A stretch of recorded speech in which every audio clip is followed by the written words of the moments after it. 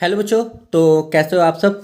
और स्वागत है आपका मेरे प्यारे से चैनल में जिसका नाम आपको पता है। ठीक है, चलिए बच्चों, मेटलर्जी के लिए हम लोग रिकॉर्डेड वीडियो शूट कर रहे हैं और आई होप छोटा चैप्टर है, आपको आसानी से क्लियर हो जाना चाहिए, ज़्यादा इसमें टेंशन की बात नहीं है। चलिए डिस्कस करते हैं, पहले देख लेते हैं क्या क्या सिलेबस में और क्या नहीं है। ज़्यादा इसमें है नहीं पोर्शन, इसीलिए इसको रिकॉर्डिंग किया जा रहा है और आप तक बहुत जल्दी से जल्दी इसको क्या किया जाएगा, पहुंचा दिया जाएगा। आई होप आप समझ सकते हो। देखो, हमको क्या पढ़ना है सिलेबस में वो देख लो। सबसे पहले हमको पढ़ना है occurrence of metal in the nature. भाई मेटल कैसे पाया जाता है तो आपको पता है, यहाँ पे पहला पॉइंट दे रखा है मिनरल एंड ओर, और मीनिंग ओनली, केवल इसका मीनिंग आपको जान रहा है, क्या होता है मिनरल, क्या होता है ओर। ठीक है। दूसरा, common ore of iron, aluminium and zinc, कुछ आपको इसके बारे में जानना है। Stages involved in the extraction of metal, ये रिड्यूस्ड हो चुका है, ये आपको नहीं पढ़ना है, कंप्लीटली नहीं पढ़ना है। अगला यहाँ पे दे रखा है एक्सट्रैक्शन ऑफ एल्यूमिनियम, एल्यूमिनियम के बारे में पढ़ना है, जिसमें आपको पढ़ना है chemical method for purifying bauxite by using NaOH, जिसको हम लोग बोलते हैं बेयर्स प्रोसेस। ठीक है। नेक्स्ट आपको पढ़ना है इलेक्ट्रोलाइटिक एक्सट्रैक्शन, जिसको बोलते हैं hall Harold process. Very important, ये सबसे इंपॉर्टेंट प्रोसेस है। ठीक है, इसको याद रखेंगे। और यहाँ पे पढ़ना है एलॉय, एलॉय में भी आपको पढ़ना है, केवल एल्युमिनियम का एलॉय पढ़ना है, बाकी नहीं पढ़ना है। ठीक है, बिना टाइम वेस्ट किए हुए स्टार्ट करते हैं। ठीक है, बढ़िए आगे देखो। इंट्रोडक्शन में आपके पास बताया गया, आप सबको पता है कि पूरे नेचर में 118 एलिमेंट है, जिसमें से 92 नेचुरल होता है। रेस्ट ऑफ द जो एलिमेंट्स होते हैं वो क्या होते हैं, आर्टिफिशियल होते हैं, या तो वो पाए नहीं गए या तो वो पाए जाएंगे। ठीक है, या उनको क्या किया गया, लैब में तैयार किया गया। मतलब फर्स्ट 92 एलिमेंट ही क्या होते हैं, नेचुरल होते हैं, बाकी जो रेस्ट ऑफ होते हैं वो आर्टिफिशियल होते हैं, लैब मेड होते हैं। ठीक है, इनमें भी क्या है, देखो यहाँ पे क्या बोला गया, these elements are the widely distributed in earth crust in free state as well as the combined state. इसका मतलब क्या, फ्री स्टेट में वो एलिमेंट आ जाएंगे जो कि लीस्ट रिएक्टिव होते हैं, जैसे कि आपका गोल्ड हो गया, जैसे कि सिल्वर हो गया, जैसे कि प्लेटिनम हो गया। और कंबाइंड स्टेट में वो आ जाएंगे जो कि हाईली रिएक्टिव होते हैं, जैसे सोडियम हो गया, मैग्नीशियम हो गया, हाँ जिंक हो गया, ये सारे कंबाइंड स्टेट में होंगे। कुछ यहाँ पे आपको बताया गया है approximate relative evidence of some element in the earth crust में। देखो क्या क्या दिया हुआ है, पहले ध्यान से सुनो। ऑक्सीजन दिया हुआ 46.6%। अगर बोला जाए आपसे सबसे ज्यादा अमाउंट में कौन सी एलिमेंट पाई जाती है, तो याद रखेंगे वो क्या होगा, 46.6। देन उसके बाद आपको बोला गया सिलिकन, सिलिकन एलिमेंट है, लेकिन अगर आपसे बोला जाए सेकंड लार्जेस्ट एविडेंट एलिमेंट अगर कौन सा है, तो आप बोलोगे सिलिकन है। ठीक है, एल्यूमिनियम 8% होता है, ये मेटल है।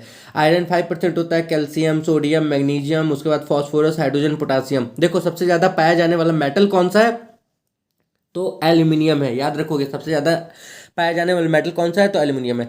ठीक है, यहाँ पे आपसे बोला गया है these elements have been classified into metal and non metal. आपको पता है इनको metal, non metal, metalloid and noble elements, यानी कि नोबेल गैसेस के फॉर्म में क्या पूरे पीरियोडिक टेबल को 4 फॉर्म में बांटा गया। ये आप सबको पता है, बताने की जरूरत नहीं है, आप बहुत अच्छी तरीके से कनेक्ट कर पा रहे हो ये टॉपिक। ठीक है, नेक्स्ट देखो, मेटल्स के बारे में यहाँ पे बात की गई है। मेटल्स आर दो element which can be drawn into street torch. ये बताने की भी जरूरत नहीं है, मेटल्स वो हो जाएंगे, वो एलिमेंट हो जाएंगे, ठीक है, जो इलेक्ट्रिसिटी को क्या करते हैं, पास करते हैं, जिनमें मेलेबिलिटी की प्रॉपर्टी होती है, मतलब वो प्रॉपर्टी जिससे उनको स्टेट में कन्वर्ट किया जा सकता है। डक्टिलिटी की प्रॉपर्टी होती है, यानी कि वो प्रॉपर्टी जिससे उनको वायर में कन्वर्ट किया जा सकता है। ठीक है, आगे देखो यहाँ पे क्या बोला गया, the knowledge of the metal is a very old. भाई मेटल को बहुत पहले समय से यूज किया जा रहा है। Copper was the first metal to be used by man for making utensil, weapon and for other the purpose. आपको पता है कि सबसे पहला, मतलब जिंदगी की शुरुआत में सबसे पहला मेटल कौन सा है, तो वो है कॉपर। कॉपर आपको मालूम है ना। आगे सुनो, gold, silver, copper, lead, iron, tin, antimony and mercury. Earlier name इसको बोलते थे क्विक सिल्वर, क्योंकि सिल्वर के जैसा दिखता था। Has been known to mankind for the ancient time. बहुत पहले से इन चीजों के बारे में क्या है, पता है। ठीक है, यहां से लेके यहां तक टोटल चीजें उन्हीं के बारे में बताई गई। जैसे बताया गया लास्ट पैराग्राफ में, metal are widely used in our daily life for a large number of the purpose. Some of the metals are used in making jewellery and coins. ठीक है, ये बताने की जरूरत नहीं है, पर एक बार फटाफट ये पीरियोडिक टेबल देख लो, जो कि आपको पहले से पता है। ठीक है, आई होप आपको पहले से पता है। ठीक है, देखो ये आपके पास पूरा मॉडर्न पीरियोडिक टेबल है। मॉडर्न पीरियोडिक टेबल को आप 4 सेक्शन में बांट के रखे हो। पहले देखो एस ब्लॉक। ठीक है, एस ब्लॉक क्या होता है, एस ब्लॉक वो एलिमेंट होगा जिनका आउटर सेल जो है, ठीक है, या जो लास्ट वाला इलेक्ट्रॉन है वो एस सब सेल में जाएगा। ठीक है, इसके बारे में आप फर्दर 11 में पढ़ोगे, लेकिन यहाँ पे थोड़ा सा इंट्रोडक्शन दे रहे हैं। डी ब्लॉक वो हो जाएगा, ठीक है, वो एलिमेंट हो जाएगा जिसका लास्ट वाला इलेक्ट्रॉन डी ब्लॉक में या डी सब सेल में जाएगा। पी ब्लॉक वो एलिमेंट होगा जिसका लास्ट वाला जो इलेक्ट्रॉन है वो पी सब सेल में जाएगा। और ये वाला दोनों लेंथेनाइड और एक्टिनाइड, ये एफ ब्लॉक आ जाएगा, क्योंकि यहाँ पे जो इलेक्ट्रॉन कॉन्फ़िगरेशन करेंगे और जो लास्ट वाला इलेक्ट्रॉन होगा वो एफ सब सेल में एंटर करेगा। इसी के अलावा आप देख सकते हो जो आपका पहला दूसरा यानी कि यहाँ पे 1 2 3 4 5 6 7 8 9 10 11 12 13 14 15 16 17 18 है। ठीक है, ये जो 18 कॉलम है इनको हम ग्रुप्स बोलते हैं, जिसमें से पहला दूसरा ग्रुप्स को एस ब्लॉक, मतलब पहला और जो दूसरा ग्रुप है ये एस ब्लॉक का है। 3 से लेके जो 12 तक का आपका ग्रुप है ये है डी ब्लॉक का। 13 से लेके 18 तक का जो है ये पी ब्लॉक का है। ठीक है, एस ब्लॉक आपको रिप्रेजेंटेटिव एलिमेंट्स के बारे में बताता है, यानी कि इसका दूसरा नाम आपको बताया गया है। डी ब्लॉक ट्रांजिशन मेटल्स है। ठीक है, ये वेरी इंपॉर्टेंट है, ये हैवी मेटल्स भी होते हैं, साथ में ये कलरफुल कंपाउंड भी बनाते हैं, और इस तरह के जितने भी मेटल्स होंगे इनकी वेरिएबल वैलेंसी होगी। आप देख सकते हो जैसे कि आयरन की ही बात कर लें तो वैलेंसी यहाँ पे होती है, हाँ वेरिएबल वैलेंसी होती है। कोबाल्ट की बात कर ले, इसकी वैलेंसी भी क्या होती है, वेरिएबल होती है। ठीक है, जिंक की बात कर लो, इसकी भी, निकल की बात कर लो, इसकी भी, जनरली जितने भी ट्रांजिशन मेटल्स होते हैं इनकी वेरिएबल वैलेंसी होती है। ठीक है, देखो ये पी ब्लॉक जिसको आप बोल रहे हो रिप्रेजेंटेटिव एलिमेंट, और ये जो पी ब्लॉक है ये 18 वाला जो है इसको हम लोग क्या बोलते हैं, नोबल गैस बोलते हैं, और इसका यूनिक ही नाम है लेंथेनाइड और एक्टिनाइड। इतनी चीज़ें सबको पता है आई होप, क्योंकि ये आप पहले भी पढ़ के आए हो, तो इसमें ज़्यादा डिस्कस करने की कोई ज़रूरत भी नहीं है। नेक्स्ट हम लोग बढ़ते हैं प्यारे बच्चों, देखो आगे आगे बढ़ते हैं। देखो उसी तरीके से यहाँ पे आपको बताया गया है, बोला गया है नॉन मेटल्स के बारे में। ठीक है, नॉन मेटल्स के बारे में बताया गया, तो जो जैसा मेटल्स था सिमिलरली ये वाला पूरा पॉइंट पता है नॉन मेटल के बारे में आपको बताया गया है। हाँ देखो यहाँ पे क्या बताया गया, non metal except hydrogen are the element which form negative ions by the gain of the electron. ये मालूम है आपको, नॉन मेटल के पास में ये प्रॉपर्टी होती है कि वो इलेक्ट्रॉन को क्या करता है, गेन करता है। मेटल्स के पास में प्रॉपर्टी होता है वो इलेक्ट्रॉन को क्या करता है, लूज करता है। मेटल्स इलेक्ट्रॉन को लूज करने के बाद पॉजिटिव आयन बनाता है, नॉन मेटल इलेक्ट्रॉन को लूज करने के बाद नेगेटिव आयन बनाता है, ये मालूम है। और ये भी आपको पता है hydrogen the lightest element non is used in the hydrogenation of the vegetable oil. मतलब हाइड्रोजिनेशन रिएक्शन कार्बनिक कंपाउंड में पढ़ के आए हो। ठीक है, अनसेचुरेटेड को सैचुरेटेड में कन्वर्ट करने के लिए हाइड्रोजिनेशन रिएक्शन का इस्तेमाल किया जाता था। ठीक है, ये भी आपको पता है, इसका इस्तेमाल किया जाता है vegetable oil to make ghee. ठीक है, ठीक है आगे सुनिए। इसके अलावा as a fuel and in the manufacture of compound, बहुत सारे कंपाउंड्स को बनाने में भी इसका इस्तेमाल किया जाता था। देखो it is also the essential part of the organic compound, organic compound का ये एसेंशियल पार्ट है। मैंने पहले भी बताया हुआ कि ये पता है क्या, कार्बन की चहेती है। नेक्स्ट देखो, चहेती का मतलब फेवरेट हो गया, फेवरेट है। ठीक है, okay. Protein, fat, carbohydrate, enzyme, vitamin ETC are all the compound of the carbon and are the essential for the growth and the development of the living organism. तो देखो यहाँ से लेके यहाँ तक मेरे को बताने की जरूरत नहीं है। ठीक है, ये वाला पूरा सेक्शन आप पढ़ के समझ सकते हो। ठीक है, बस एक क्विक, यानी कि मेटल नॉन मेटल के बारे में आप क्लास 8 से ही पढ़ते आ रहे हो, आई होप क्लास 6 से पढ़ते आ रहे हो। ठीक है, उससे पहले से भी आप पढ़ के आए हो कि मेटल क्या नॉन मेटल क्या, तो उसके बारे में हमको बताने की जरूरत नहीं होगी। ठीक है, हम इसकी प्रॉपर्टीज के बारे में भी आपको पता है। ठीक है, पहले चैप्टर में आप पढ़ के आए across the period down the group. ठीक है, एटॉमिक नंबर कैसे बढ़ता है, वैलेंसी कैसे बढ़ती है, वैलेंस इलेक्ट्रॉन में क्या होता है चेंज। ठीक है, वैलेंस सेल में क्या होता है चेंज, नंबर ऑफ सेल में क्या होता है चेंज, ये सब आप पहले भी पढ़ के आए हो, तो ये बहुत ज़्यादा इंपॉर्टेंट नहीं है। यहाँ पे ये वाला ज़्यादा इंपॉर्टेंट हो जाता है, ऑक्यूरेंस ऑफ मेटल। मेटल कैसे पाया जाता है, तो मेटल जो है ना वो दो ही तरीके से पाया जाता है, या तो फ्री स्टेट में पाया जाता है या तो कंबाइन स्टेट में पाया जाता है, ये याद रख लो। ठीक है, या तो फ्री स्टेट में या कंबाइन स्टेट में। यहाँ पे बताया गया metals can either occur in their the native यानी कि फ्री स्टेट और इन द कंबाइन स्टेट, या तो फ्री स्टेट में या तो कंबाइन स्टेट में पाया जाता है। Occurrence of metal can be explained on the basis of activity series. कहने का मतलब है कि वो एक्टिविटी सीरीज में किस कैटेगरी में आता है, हम आपको बता देते हैं जनरली इस चीज़ के बारे में। ठीक है, हालांकि आई होप ये सिलेबस में नहीं है, लेकिन फिर भी आपको देखना चाहिए। ठीक है, थोड़ा सा जानना चाहिए। यहाँ पे देखो मेरी बात समझो सारे बच्चे, यहाँ पे देखो हम आपको बताते हैं। ठीक, उससे पहले एक टॉपिक आपके पास में निकल के आ रहा है मिनरल एंड और के बारे में, तो मिनरल और के बारे में आप समझ लो। ठीक है, एक टॉपिक आपके पास में निकल के आ रहा है, पता है क्या, एक टॉपिक आपके पास में निकल के आ रहा है मिनरल, और एक टॉपिक है आपके पास में और। क्या होता है मिनरल, क्या होता है, और इसके बारे में आपको ध्यान से देखना चाहिए क्योंकि ये इंपॉर्टेंट है। देखो प्यारे बच्चों, मिनरल का मतलब होता है पता है कि वो चीज़ जो कोई भी ऐसी चीज़ जो पता नेचुरली पाई जाए, मतलब कोई ऐसी चीज़ जो नेचुरली पाई जाए, मतलब जिसको आप नहीं बनाए हो, पता है, जिसको जो गॉड मेड है, आप सीधी सी बात समझो। ठीक है, जो नेचुरली पाई जा रही है अर्थ क्रस्ट पे, उसको आप बोलते हो मिनरल। और क्या है, तो और के बारे में, और एक ऐसा मिनरल है ना जिससे मेटल्स को एक्सर्ट करते हैं। ध्यान से सुन लो, ये एक ऐसा मिनरल है जिससे मेटल को हम लोग क्या करते हैं, एक्सर्ट करते हैं, मतलब यहाँ से मेटल बाहर निकालते हैं। यही डेफिनेशन है। मिनरल में हर चीज़ आ जाएगी, हर नॉन लिविंग थिंग जो नेचुरली पाई जाती है। अच्छा, नॉन लिविंग थिंग नेचुरली पाई जाती है। ठीक है, चाहे इसमें कार्बन हो, चाहे इसमें आयरन हो, चाहे इसमें पोटासियम हो, जिंक हो, कैल्शियम हो, एनीथिंग, कोई भी चीज़। ठीक है, चाहे यहाँ तक कि पता है आपके पास में मतलब कुछ भी हो जाए, ठीक है, जो भी नेचुरली पाई जा रही है उन सबको आप मिनरल बोलते हो ना। हमारे बॉडी में मिनरल की कमी है, मिनरल चाहिए, क्या चाहिए मिनरल में? कैल्शियम, हाँ, जिंक, आयरन, गोल्ड, यही सब तो मिनरल है ना, ठीक है। तो जो नेचुरली पाई जाती है उसको मिनरल बोलते हैं। और क्या हो गया? तो और एक ऐसा मिनरल हो गया जिससे हम मेटल को क्या करते हैं? एक्सर्ट करते हैं, मतलब जिससे मेटल बाहर निकाला जाता है उसको हम और बोलते हैं। यार ये सारे ये बच्चे ध्यान से सुनना, हर ओर से मेटल बाहर नहीं निकलता है, कुछ ओर में नॉन मेटल भी होता है। ध्यान से सुनो, हम बता रहे हर ओर से मेटल बाहर नहीं निकलता है, ठीक है। हाँ, हर ओर पाया तो नेचुरली ही जाएगा, ठीक है, हर ओर पाया नेचुरली ही जाएगा, यानी कि ओर मिनरल है।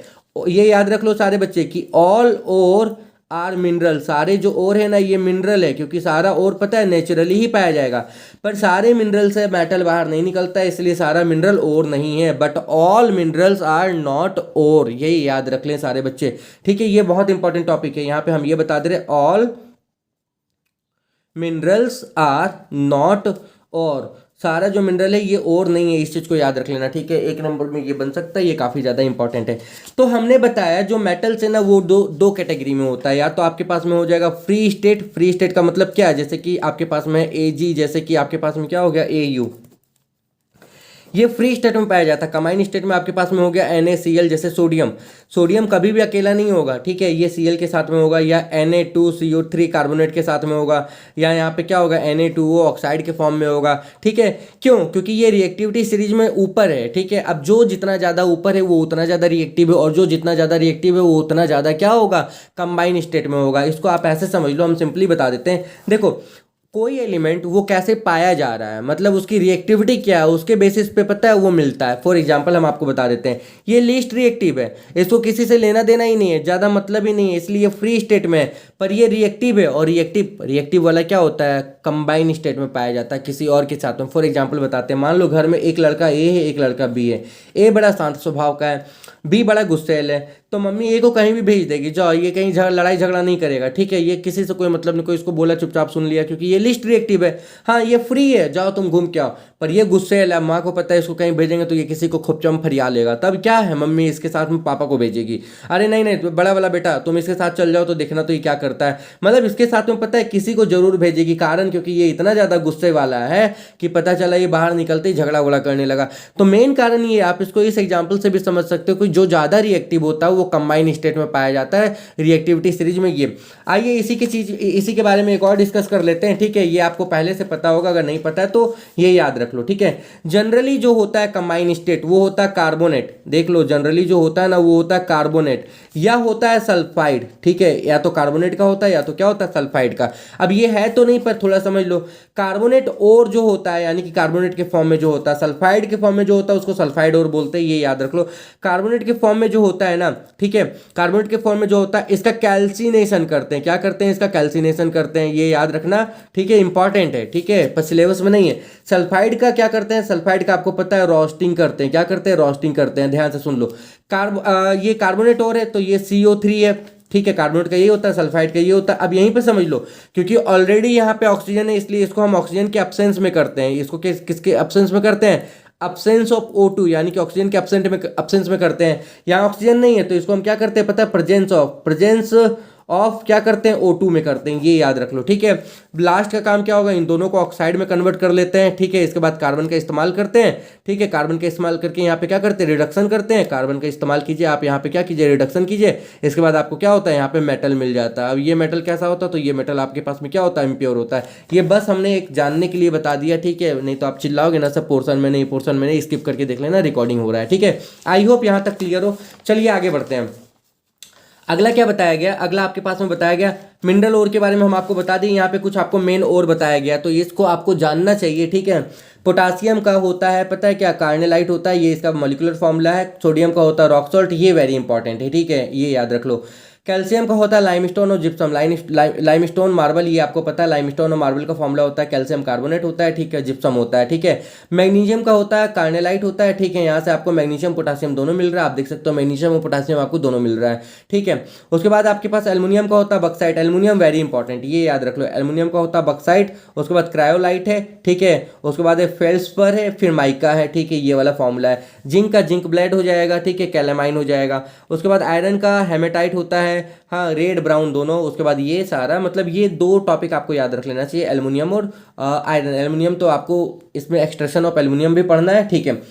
देखो आगे यहाँ पे क्या बताया गया, ये वाली चीज़ है, बोला गया main ore of aluminium is bauxite. जो मेन ओर है वो बक्साइट है, ठीक है, विच इट इज एक्सट्रैक्टेड, ठीक है, जिससे इसको निकाला जाता है, मतलब एल्युमिनियम को बक्साइट से निकाला जाता है, ठीक है, आपको दिखाई दे रहा है। और जो ओर है वो है क्रायोलाइट है, उसके बाद कोरंडम है, ये भी याद रख लेना, ठीक है। एल्युमिनियम का तीन ओर आपके पास में, बक्साइट सबसे इंपॉर्टेंट है, मेन है, उसके बाद में क्रायोलाइट है, ठीक है, उसके बाद में आपके पास दिया गया कोरंडम दिया गया, ठीक है। और आयरन का यहाँ पे बताया गया रेड हेमाटाइट, ब्राउन हेमाटाइट, उसके बाद मैग्नीटाइट है, आयरन पाइराइट से, उसके बाद है आपका ये साइडराइट है, ठीक है। आगे सुनो, जिंक का ये दे रखा है तो ये नॉट सो इंपॉर्टेंट, पर हाँ जितनी यहाँ पे बता दी गई है वो ज़्यादा इंपॉर्टेंट है। जैसे कि ये वाला टेबल आपको कर लेना, यहाँ से ये दोनों कर लेना। आई होप यहाँ तक क्लियर हो। इसमें बहुत ज़्यादा कुछ है नहीं, ठीक है, बाकी आपको पता है ये वाला सेक्शन तो पूरी तरीके से रिड्यूस हो गया, तो इसको पढ़ने की बिल्कुल भी जरूरत नहीं है। यहाँ पे पढ़ाया जाता है, ये रिएक्टिविटी सीरीज है, जब बताते तब डिटेल में बताते, ये रिएक्टिविटी सीरीज है। जो ऊपर आएगा, ठीक है, जो मतलब हाईली रिएक्टिव होगा उसका हम लोग करते हैं इलेक्ट्रोलाइसिस।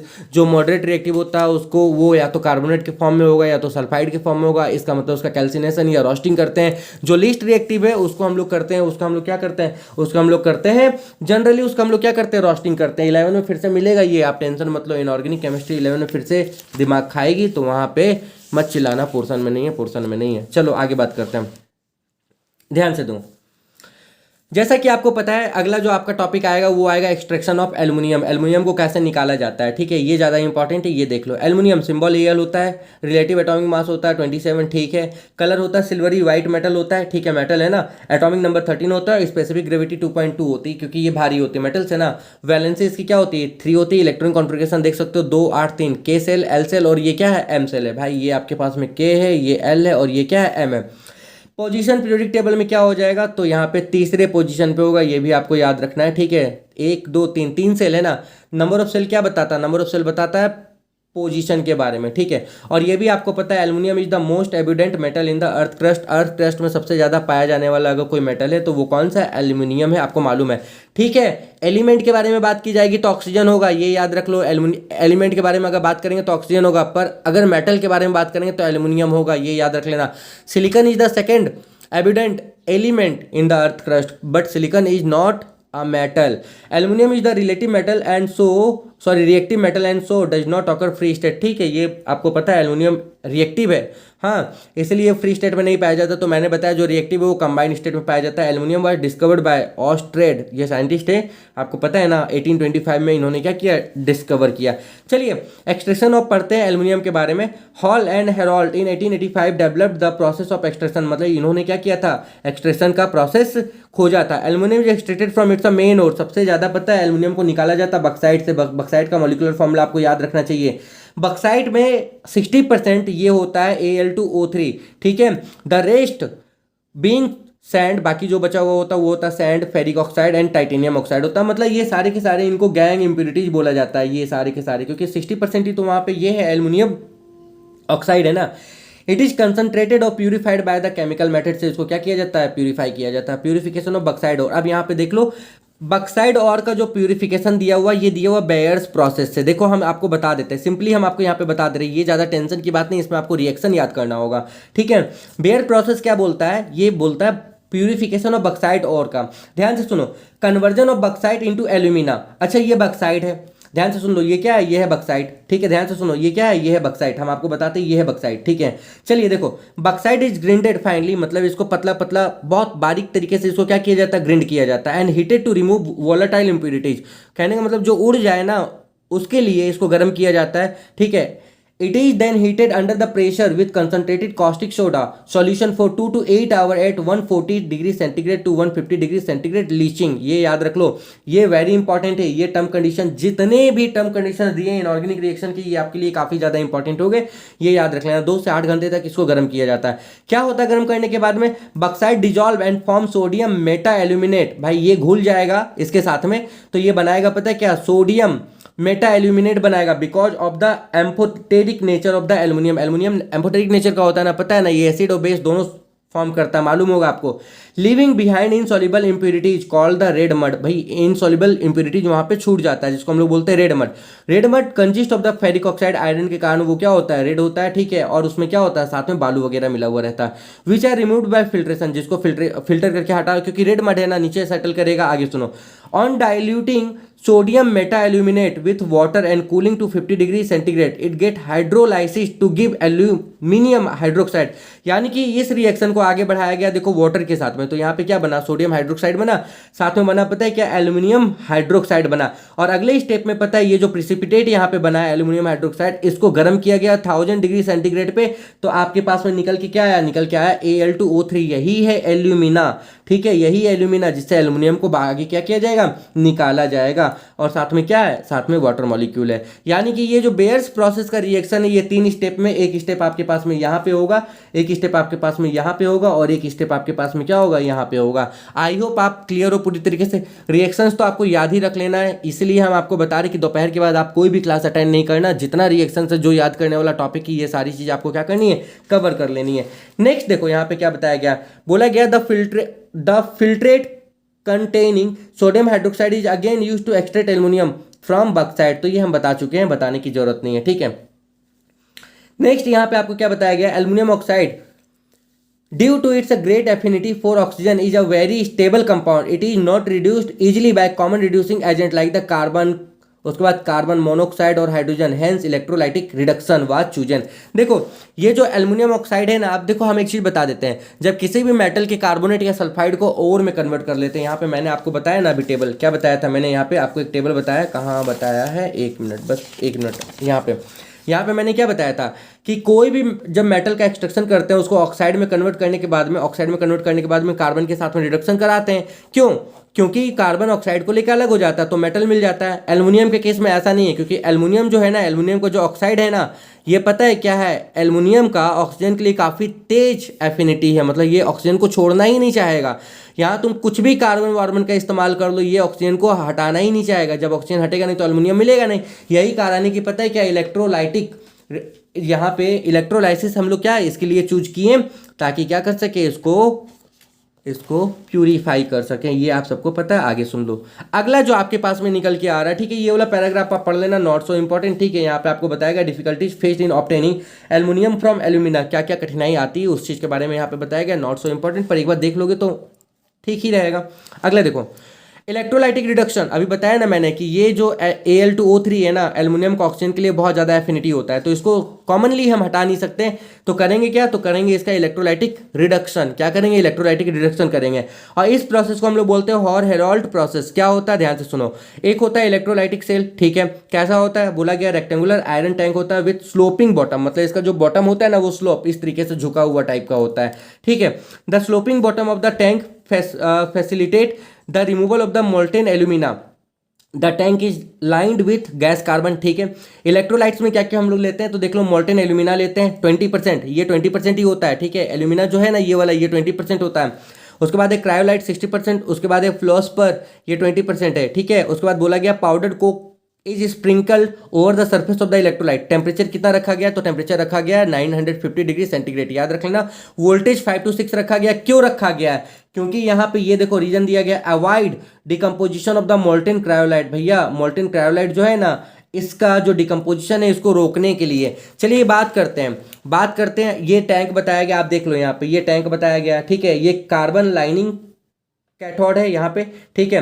इसमें पता है ये क्या है, कार्बन ग्रेफाइट एनोड है, ये वाला पॉजिटिव है, ये वाला क्या है, नेगेटिव है, ठीक है। ये देखो स्लोप दिया हुआ है, ठीक है, ये स्लोप है। और यहाँ पे आपको बताएगा tap hole for the aluminium, यहाँ से एल्युमिनियम पिघल के बाहर निकलेगी, ठीक है। और ये मोल्टेन एल्यूमिना है जो यहाँ पे क्या होगी, जमा होगी, ठीक है। और ये इलेक्ट्रोलाइट्स है, हमने बताया इलेक्ट्रोलाइट के लिए क्या क्या इस्तेमाल करते थे, एल्यूमिना, क्रायोलाइट और क्या, फ्लोस्पर। देखो रिएक्शन क्या है, ये है क्रायोलाइट Na3Al F6, ये जब टूटेगा तो अपने Na+ आयन में Al3+ आयन में, मतलब ये मेटल है तो पॉजिटिव आयन देगा, ये मेटल है तो पॉजिटिव आयन देगा, ये नॉन मेटल है तो नेगेटिव आयन देगा। टोटल जितना पॉजिटिव होगा उतना ही नेगेटिव होगा। आप देख सकते हो 3 पॉजिटिव, यहाँ 3 पॉजिटिव, 6 पॉजिटिव हो गया, 6 यहाँ नेगेटिव हो गया। CaF2 ये अपने पॉजिटिव आयन को देगा, साथ में नेगेटिव आयन को देगा। एल्यूमिना ये Al3+, यहाँ पे 2 दिया हुआ है, यानी कि टोटल 6 हो गया, यहाँ पे 3 दिया हुआ, 3 2 6 हो गया। अब एक चीज हम आपको बताते हैं, ध्यान से सुनो। यहाँ पॉजिटिव, अच्छा ये कब हो रहा है, ये जब यहाँ पे करंट को फ्लो किया जा रहा है उसके बाद हो रहा है, इलेक्ट्रोलाइट से ना, इलेक्ट्रोलाइट से ना। तो यहाँ पे बोला गया positively ion formed in the solution. देखो जो पॉजिटिव आयन फॉर्म हुआ वो सोडियम, कैल्शियम और एल्यूमिनियम का है, जबकि नेगेटिव आयन जो है वो फ्लोरीन का है और ऑक्सीजन का है। ठीक है, देखो aluminium being lower in the electrochemical series is preferentially discharge, English very कमजोर है, ठीक है, डिस्चार्ज एट द कैथोड। ठीक है, एल्यूमिनियम पॉजिटिव है तो ये कैथोड की तरफ जाएगा, क्योंकि कैथोड क्या होता है, यहाँ पे दिखाया गया कैथोड क्या होता है, तो कैथोड होता है नेगेटिव। अच्छा पॉजिटिव आयन कहाँ दौड़ेगा, नेगेटिव की तरफ दौड़ेगा। ठीक है, कैथोड पे क्या होगा, कैथोड पे ये ध्यान से सुनो। अच्छा नेगेटिव पे क्या होता है, क्योंकि यहाँ नेगेटिव है ना, कैथोड पे क्या होता है, कोई नेगेटिव कब होता है, जब वो इलेक्ट्रॉन को अपने पास रखेगा ना, क्योंकि कैथोड के पास इलेक्ट्रॉन की पता है क्या होती है, अधिकता होती है, इसको हम लोग बोल सकते हैं पता है क्या, इलेक्ट्रॉन यहाँ पे पता है सफिशियंट है। तो उस समय पता है एल्यूमिनियम क्या करेगा, एल्यूमिनियम 12 इलेक्ट्रॉन लेगा और एल्यूमिनियम में कन्वर्ट हो जाएगा। ये आयन है ना, एल्यूमिनियम का जो आयन है, ठीक है, एल्यूमिनियम का जो आयन है ये क्या करेगा, ये टोटल 12 इलेक्ट्रॉन लेगा और किस में कन्वर्ट हो जाएगा, एल्यूमिनियम में कन्वर्ट हो जाएगा। एनोड पे क्या हो रहा है, अच्छा एनोड कौन सा चार्ज था, एनोड पॉजिटिव चार्ज था। पॉजिटिव चार्ज कोई कब होता है, जब उसके पास इलेक्ट्रॉन क्या हो, डिफिशियंट अमाउंट में हो, कहने का मतलब डिफिशियंसी हो।